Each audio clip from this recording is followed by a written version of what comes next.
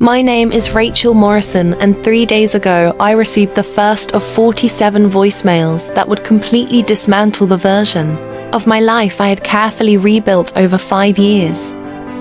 It arrived at 2:37 in the morning on a Thursday, the kind of hour when the world feels paused, and even the rain outside sounds louder than your own breathing. I live alone in a studio apartment in the Pearl District of Portland on the 11th floor, where the windows rattle when the weather turns aggressive, and that night the rain was relentless. It was striking the glass in uneven sheets like someone throwing handfuls of gravel into the dark. My phone lit up on the nightstand beside my bed. Unknown number. At that hour, unknown numbers never mean anything good. For a few seconds, I just stared at the screen, letting it glow in the darkness. I almost let it stop ringing. But it wasn't a call. It was a voicemail notification. One new message. My stomach tightened before I even understood why. I work as a software developer for a tech startup downtown, and my life is structured, predictable, quiet. I made it that way after everything that happened 5 years ago. After October. After Highway 26. After Emma. My younger sister died in a car accident west of Portland, on a rain-soaked stretch of road that curves too sharply if you take it too fast. I spent 5 years constructing a version of events I could survive. A version where I was not there. A version where it was tragic and distant and outside of me. So when I saw that voicemail notification at 2:37 in the morning, something inside me recognized danger before my mind caught up. I reached for the phone. My hands were already shaking. I pressed play. For the first 2 seconds there was only static. Then a woman's voice. Soft, familiar, close. "Hey Rach, it's me." I sat upright so fast, I dropped the phone onto the hardwood floor. The rain kept hitting the windows. My heart was pounding so loudly I could barely hear the rest. But I picked up the phone and pressed play again. "Hey Rach, it's me. And I know you probably done. Do you want to hear from me right now? But there's something I need to tell you about that night. And you need to listen to all of them, okay?" It was 18 seconds long. 18 seconds that split my life into before and after. Because the voice was not similar to Emma's. It was not close. It was exact. The slight rasp when she was tired. The way she stretched the word okay at the end of a sentence. The tiny catch in her breathing between phrases. Emma had been dead for 5 years. Buried at Riverview Cemetery on a grey October morning while rain slid down black umbrellas and soaked through the shoulders of my coat. I played the voicemail again. And again. And again. 6 times in a row. Each time hoping I would hear the flaw. The edit. The impersonation. But there was nothing artificial about it. It was her. Or it was someone who understood her voice better than anyone alive. The message said you need to listen to all of them. Them. That word echoed in my head louder than the rain. Them meant more were coming. Them meant this was only the beginning. I checked the caller ID. Unknown number. No location. No contact record. Nothing. My first thought was that it was a sick prank. My second thought was that someone had used an old recording. But my third thought was the one that made me place the phone gently on the floor as if it might explode. What if I had forgotten something? What if there was something about that night I had buried so deeply that it was trying to surface?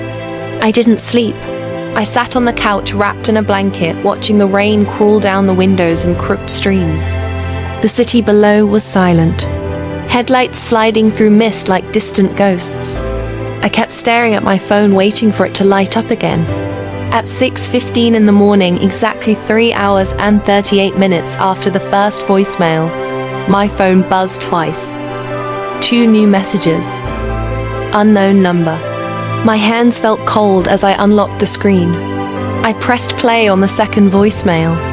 Emma's voice filled the apartment again. Clear. Certain. "Do you remember that summer at Cannon Beach when we found that starfish? and you made me promise not to tell. Mom, we took it home in your backpack. The memory hit instantly, like someone turning on a light in a room I didn't know still existed. We were 9 and 6. The tide pools were cold and sharp against our bare feet. Emma wanted to save the starfish. I told her it would die. She cried. So I hid it in my backpack. It died 2 days later. We buried it in the backyard. We never told anyone. That memory had been sealed away for decades. No one knew that story. No one except Emma and me. I didn't pause before playing the third voicemail. Remember when you were 16 and you crashed Dad's car into the mailbox on Burnside Street? And I told them it was me so you wouldn't lose your license. I closed my eyes. That was not a general childhood memory. That was specific. Painfully specific. She had taken the blame. 3 months grounded, and she never once told the truth. These were not broad sentimental recollections. These were locked vault memories. Private. Unshared. Impossible. I called Portland PD non-emergency at 7:30.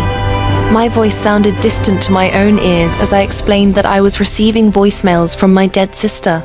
The dispatcher transferred me to a detective, Sarah Chan. She called me back within the hour. Calm. Measured. She asked me to come to the Eastern Precinct that afternoon. Dressed. Moved through the morning like someone walking. Underwater. At the station, I sat in a small grey interview room that smelled faintly of coffee and disinfectant. Detective Chen listened to all 3 voicemails without interrupting. Twice. Her face didn't change. When they finished, she asked one question. Is it possible your sister recorded these before she died, and someone is releasing them now? I shook my head. Emma died suddenly. There was no preparation, no terminal illness, no warning, just rain, just a curve, just impact. Detective Chen explained that unknown number voicemails are difficult to trace without evidence of a crime. She asked if I felt threatened, and I realized I didn't. That was the part that unsettled me most. I didn't feel threatened. I felt exposed, like something buried was pushing upward. I left the station around 3 in the afternoon. The rain had not stopped. It hadn't even softened. The city looked washed out and heavy. When I reached my car in the parking garage, I unlocked my phone. 3 more voicemails. 4, 5, 6. My reflection in the windshield looked pale. Strained. I pressed play, and Emma's voice began again. The pattern had started, and somewhere deep beneath the fear, beneath the disbelief, there was something else, a sensation I couldn't yet name. Not terror, not anger, not even grief. It felt like gravity shifting, like the ground beneath my memory was beginning to tilt, and I had the sudden undeniable feeling that whatever happened on October 15th 5 years ago was not finished with me yet. The second voicemail was 23 seconds long, but it felt like it lasted an entire lifetime, because it reached into a place inside me I had not visited in decades. Do you remember that summer at Cannon Beach when we found that starfish and you made me promise not to tell Mom we took it home in your backpack? The memory did not return gently. It slammed into me. Salt air, cold tide pools, Emma's small hand wrapped around a dying creature she insisted we could save. I remembered the guilt. I remembered burying it in the backyard. I remembered swearing secrecy. No one knew that story.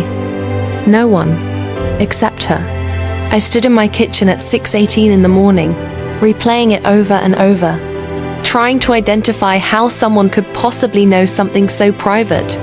It wasn't posted online. It wasn't in journals. It wasn't spoken about at her funeral. It existed only between us. The third voicemail arrived before I could finish rationalizing the second.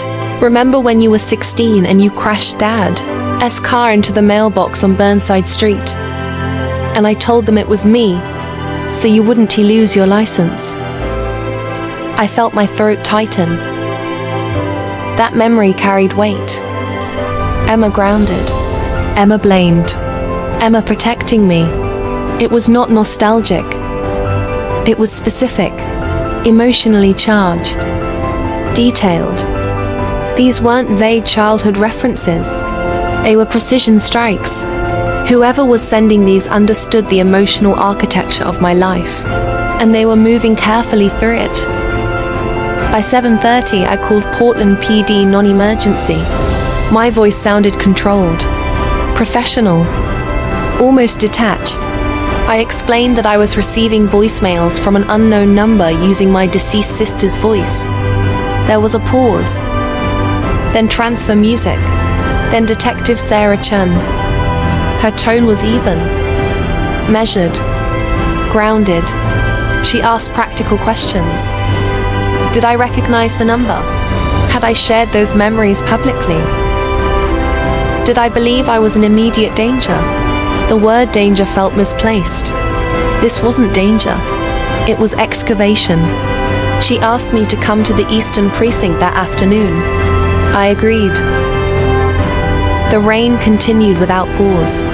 By the time I arrived at the station, my nerves had shifted from shock to something sharper. Anticipation. The interview room was small. Grey walls, metal table, fluorescent lighting that made everything feel clinical and unreal. I played the voicemails. 1, 2. Detective Chen did not interrupt. She listened twice. Her face did not change. When they finished, she folded her hands on the table. Is it possible your sister recorded these before she died, and someone is releasing them now? The question irritated me more than it should have. Emma died suddenly. There was no time for preparation. No planned farewell. Just rain. Just a curve. Just impact. Detective Chun explained tracing unknown numbers requires a subpoena. Significant evidence. Clear criminal intent. She asked if the messages contained threats. No. Requests for money. No. Harassment. No. Then legally they were just messages. I realized something in that moment. I did not feel afraid of the sender. I felt afraid of what the messages might uncover. I left the precinct at 3 in the afternoon. The sky had darkened further. The city looked muted, heavy. When I unlocked my phone in the parking garage, 3 new voicemails had arrived. 4, 5, 6. My pulse quickened. This was no longer random. It was structured, timed, intentional. I sat in my car, engine off, rain hitting the windshield, and I pressed play on voicemail 4. You told me you couldn't come to my birthday dinner at Jackknife on Mississippi Avenue because you had a work deadline. But that wasn't true, was it, Ratch? My chest tightened. Emma's 29th birthday. September. 1 month before she died. I had lied. We had been fighting. I chose pride. Over her. Over dinner. Over an apology. That voicemail did not accuse. It simply stated a fact. Voicemail 5 continued without transition. I waited for you that night until almost 10. And I kept checking my phone, thinking maybe you were just running late. My hands gripped the steering wheel. I had seen those missed calls. I had ignored them because I was stubborn, because I wanted to win, because I believed there would be more time. Voicemail 6 was shorter. I forgave you that night, Ratch. I wish you had known that before everything happened. That sentence fractured something inside me. The messages were no longer just memory retrieval. They were emotionally progressive. They were building towards something. Not random, sequential. The pattern was undeniable. The first 3 voicemails revisited childhood. The next 3 escalated toward adulthood, toward regret, toward the last month of her life.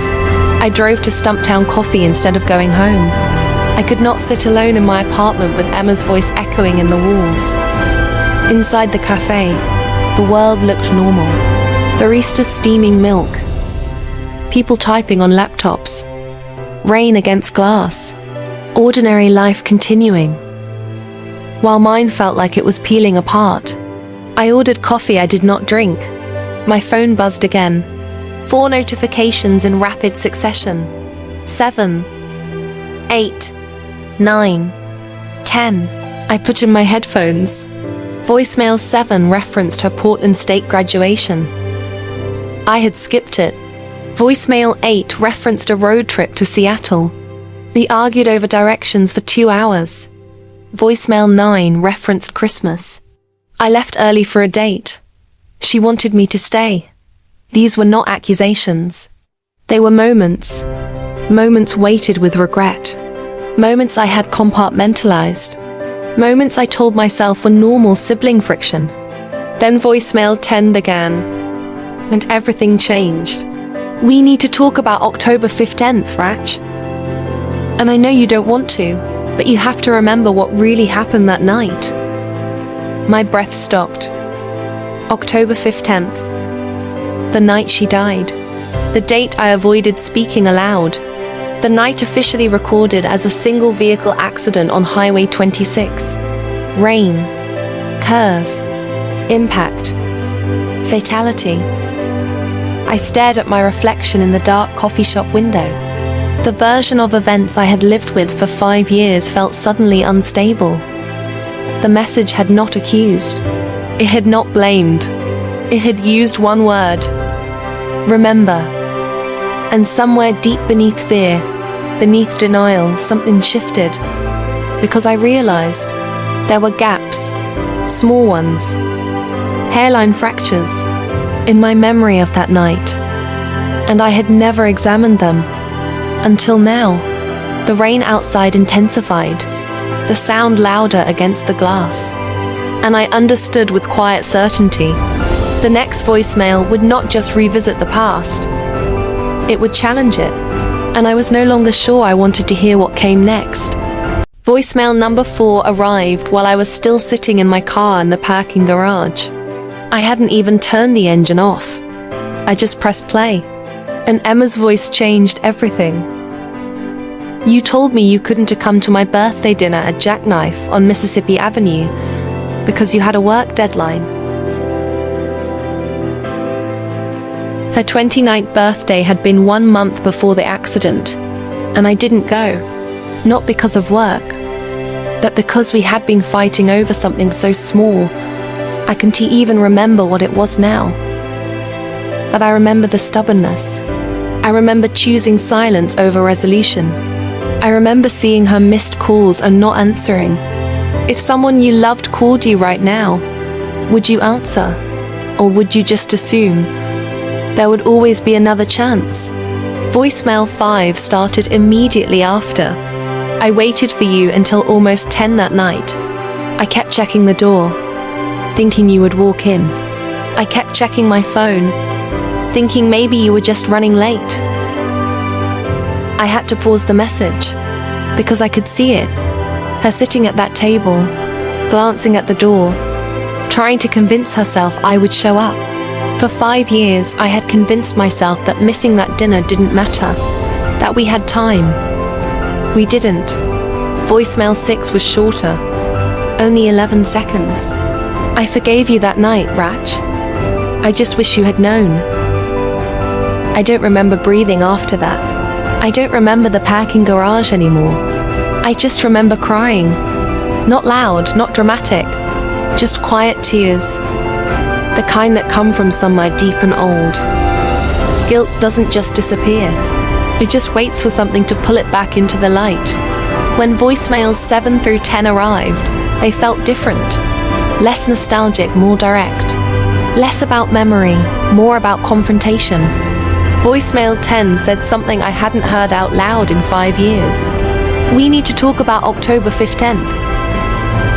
The rain got louder in my head, even though I was inside my car. October 15th, 2019. Highway 26 westbound, near milepost 31. The night Emma died, I had read the police report dozens of times.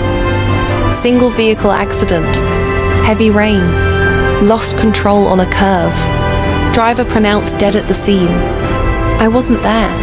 That was always the story. I wasn't there. Voicemail 11 arrived at 7:36 p.m.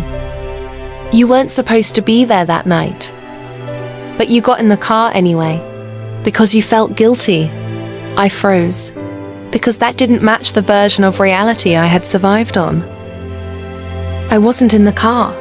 The police report said single occupant. Emma was driving alone. That's what I was told. That's what I remembered.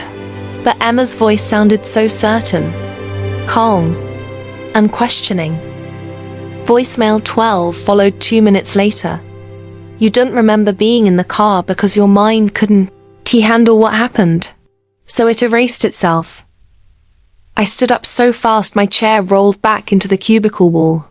The office around me felt unreal. Too quiet. Too still. What if the version of events you trust the most is actually the one your brain created just to protect you? Voicemail 13 arrived at 7:41 p.m. You were driving, Ratch. And that's why you can't remember. Everything inside me rejected it. But something deeper, something heavier, didn't. Because there was this strange flicker, like a light trying to turn on behind my eyes. A fragment of a memory. Rain against a windshield. Streetlights blurring past. A steering wheel. My hands on it. I ran to the bathroom and threw up. Not because I believed it, but because I was terrified that I might. The police report said Emma was the driver. I had memorized that line. Driver deceased. Single occupant. End of story. But Emma's voice was saying something else. And the certainty in her tone was absolute. We have to remember that memory is not a recording. It's a reconstruction. And reconstructions can change. When voicemail 14 arrived, it didn't accuse. It clarified. You called me at 8:15 from your apartment. You were crying. You said you needed to talk. I pulled up my old phone records on my computer. And there it was. An 11-minute call. October 15th, 2019. 8:15 p.m. I had no memory of it. None. Voicemail 15 continued. You drove to my apartment on Northeast 28th. You were still upset. I told you we should go for a drive. To clear your head. The room tilted. Because I could almost see it. My car pulling up to her curb. Emma opening the passenger door. Rain starting to fall harder and harder. Voicemail 16 said the words that split my world in half. We got in my Honda Civic. And you started driving west on Highway 26. Toward the coast. Slid down the bathroom wall and sat on the cold tile floor. Because suddenly, I could feel it. The worn leather of the steering wheel. The vibration of the tires on wet pavement. The rhythmic sound of the wipers moving back and forth. Back and forth. But in my memory, I was in the passenger seat. Watching the rain. Not driving. Not responsible. Voicemail 17. You were driving too fast. Because you were upset. Voicemail 18. You looked at me instead of the road. And that's when we went off the curve. And there it was. The missing frame. The single moment before the impact. Her face, lit by the eerie green glow of the dashboard. The fear in her eyes. My hands not on the wheel. The car sliding sideways. And then... nothing. Just black. What if forgetting was never about protection? What if it was just a delay? I remembered waking up in a hospital bed 3 days later. Confused. Disoriented. My parents telling me Emma was gone. But I don't remember being told I was there. I don't remember being told I was driving. The police report said single vehicle accident. Single occupant. Driver deceased. But Emma's voice, and now my own voice, were saying something else. And that was the moment when everything I thought I knew started to fracture into a million pieces. I went back to my desk and opened my laptop. My hands were shaking, but my mind felt sharp, focused, like something inside me had decided it was time. I searched my own name in the OHSU patient database. I still had access credentials from an old favor, a contact in healthcare IT. I typed, Rachel Elizabeth Morrison, October 2019, and I held my breath. When the record loaded, everything stopped. Patient admitted October 15th, 2019, at 11:53 p.m. Emergency department. Head trauma. Dissociative amnesia following motor vehicle accident. I read it 3 times, then 5, then 10. The words seemed to float off the screen, cold and clinical. CT scan showed no structural damage.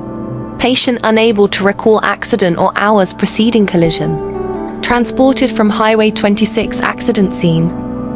By ambulance. I wasn't home that night. I was in the ambulance. Voicemail 19 arrived while I was staring at my own medical record. It was Emma's voice again. They kept you for 3 days, trying to help you remember, but your mind locked it away. I scrolled further down the digital page. Psychiatric consultation. Dr. Sarah Brennan. October 18th, 2019. Patient presents with traumatic dissociative amnesia. Memory replaced with alternate narrative in which patient was not present. Recommended trauma integration therapy. My parents signed the discharge summary. They agreed to support the alternate narrative until I was ready. I leaned back in my chair, the office around me fading into a blur. Sometimes protection becomes silence, and silence becomes a second lie. A lie I've been living for 5 years. I picked up my phone and called my mother. She answered on the second ring, her voice warm and familiar. I didn't ease into it. Was I in the car with Emma that night? There was a long, heavy silence on the other end of the line. Then, a soft, choked sob. You were driving, she said. She said it so gently, like she was afraid the truth would shatter me into a million pieces. You hit standing water on the highway. The car hydroplaned. Emma wasn't wearing her seatbelt. The impact was on her side. You survived with a concussion, and a mind that just couldn't survive what it had done. I couldn't breathe. The air in my lungs turned to ice. Why? I whispered. Why did no one tell me? The doctors warned us, she explained, her voice thick with old pain. The guilt was too severe. You tried to hurt yourself in the hospital. You kept saying it should have been you, that you deserved to be the one who died. The brain doesn't erase memory randomly. It erases what it cannot integrate. It builds walls to protect you from a truth it believes will destroy you. I took a shaky breath. Dr. Brennan, I said. The psychiatrist from the hospital report. My mother hesitated. Rachel, honey, you've been seeing her again. For 6 months now. Every Tuesday evening. My body went cold. I hadn't been in therapy. At least, I didn't think I had. I would have remembered that. Wouldn't I? You asked us not to remind you, she said softly. You came to us and said you thought you were ready, but you needed to do it on your own terms. You said if it was your own decision to go, you might actually face it this time. Just then, my phone buzzed. 5 times in quick succession. 5 notification sounds cutting through the strained silence. Voicemails 21 through 25. I didn't sit down. I didn't prepare. I just stood there in my office and pressed play. Rachel, this is Dr. Sarah Brennan. You are listening to these recordings as part of your treatment. The voice was calm, clinical, grounded. A stark contrast to the chaos in my head. You asked me to send them to you over 3 days in this specific way, so you could experience the memories outside the safety of my office. Voicemail 22 was a short, sharp memory about the rain that night. But voicemail 23 changed everything. It was Dr. Brennan's voice again. You recorded these messages yourself, Rachel, in your sister's voice, because that was the only way you could speak the truth to yourself. Each voicemail is a memory you recovered during our sessions. Each one is something you were finally ready to face. I felt something shift inside me. Not a collapse, not a fracture, a shift.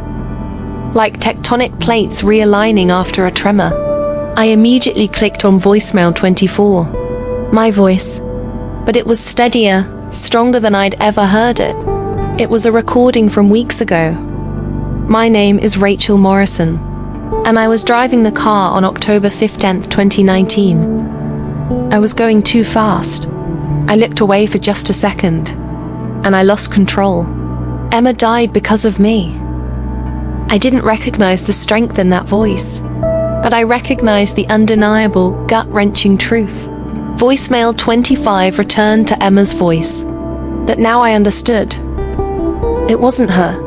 It was me, speaking as her. Hey Raj, if you're listening to this, it means you made it through all of them, all the pieces, and that means you're ready. Forgiveness does not arrive loudly, like a storm. It arrives quietly, in the stillness after the truth has finally been spoken. That evening, I drove to Northwest 23rd Avenue. The rain was falling, steady and soft, washing the city streets clean. I stood outside Dr. Brennan's office building, and as I looked at the familiar brick facade, something came back to me. A flicker of a memory, real and solid. The waiting room chair, the window facing the street, my hands shaking the very first day I walked in and said the words, I think I was driving. My phone vibrated one last time. The final voicemail. Number 47. It had arrived at 11:23 p.m., exactly 3 days after the first one began this journey. I played it standing there under a streetlight, the rain soaking through my jacket. First, it was Emma's voice, my voice, one last time. Hey Rach, you were upset that night, arguing with Mom and Dad, but I chose to get in the car with you. I chose not to wear my seatbelt. What happened was an accident. A horrible, terrible accident. You need to stop punishing yourself. There was a long pause. Then my own voice, clear and present. My name is Rachel Morrison. I was in the car. I was driving. I survived. And what happened was a terrible accident. Not a murder. Not a choice I made. An accident. For 5 years, I erased myself from that story because I couldn't live with being the one who caused it. But I am ready now to remember, to carry it, to live with it. I stood there in the rain and deleted all 47 voicemails. Not to forget, but because I didn't need them anymore. The next morning, I called Dr. Brennan's office. I scheduled my appointment for Tuesday at 6:30, just like I had apparently been doing for months. This time, though, I remembered walking in. My name is Rachel Morrison. 5 years ago, I was in a car accident that killed my sister. For 5 years, I told myself a story where I wasn't there.